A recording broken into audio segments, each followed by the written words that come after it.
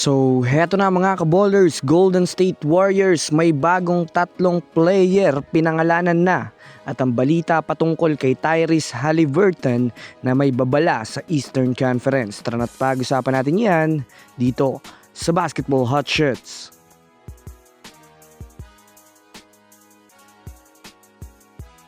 Sa ngayon nga po mga kaballers, bukod sa ilang mga teams na nagkakaroon ngayon ng hype sa Eastern Conference kagaya ng Heat at ng Sixers, may ilan pa din na kupunan ang masasabi natin kahit hindi nga ito mga kaballers nakabuo ng mabigat na lineup na hindi napuno ng mga bigating manlalaro ay kasalukuyang nananatiling dark horse pa rin nga ito mga kaballers. Yan ay ang team ng Indiana Pacers. Yes mga kaballers, nananatiling kakaiba pa rin ang team ng Pacers dahil sa pagbabalik neto ni Tyrese Haliburton na sinamahan pa mga kaballers ng kanilang bagong big man na si Ivica Zubac at isang forward na din na si Kelly Oubre Jr. Kahit sabihin man natin na mabibigat ang team ngayon sa East, hindi rin naman nga po mga kaballers basta-basta ang sistema ng Pacers. Lalo pat mayroon nga itong magandang rotation sa depensa, sa opensa, sa play at lalong-lalo na sa teamwork.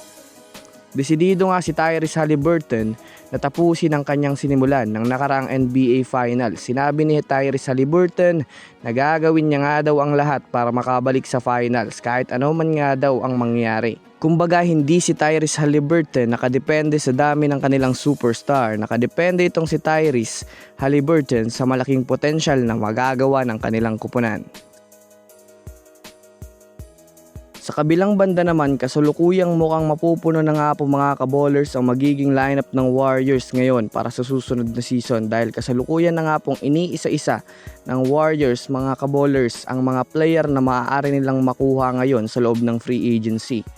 Kasalukuyang ibinalita ko na rin naman sa inyo na mainit na minomonitor ng Warriors ngayon yan ay ang big man na si Kelly Olynyk na inaasahan nga po na magkakaroon ito ng desisyon sa mga susunod na araw para sa kanyang pagpipirma ng kontrata sa free agency. Sunod naman dyan mga kaballers ay itong si Cam Thomas. Nagkakaroon din nga ang Warriors ng pakikipag-usap sa kampo nito ni Cam Thomas dahil sa potensyal na malaki ang maiaambag nito sa Warriors. Pero syempre nakadepende din kasi itong si Thomas sa malaki-laking kontrata. Kaya posible na medyo 50-50 pa. Pero kung iisipin ito ni Thomas na magkaroon ng maayos na spotlight sa Warriors, ang pinaka-the best na team ay ang Warriors. At ang huli naman, itong si Dalen Terry na ibinalitang binigyan ito ng malaking interest ng Golden State Warriors. Ito talaga mga kaballers, magaling din ito. Malakas to dumepensa. Ang laruan nito mga kaballers mas babagay sa Golden State Warriors dahil sa pagiging aggressive nito.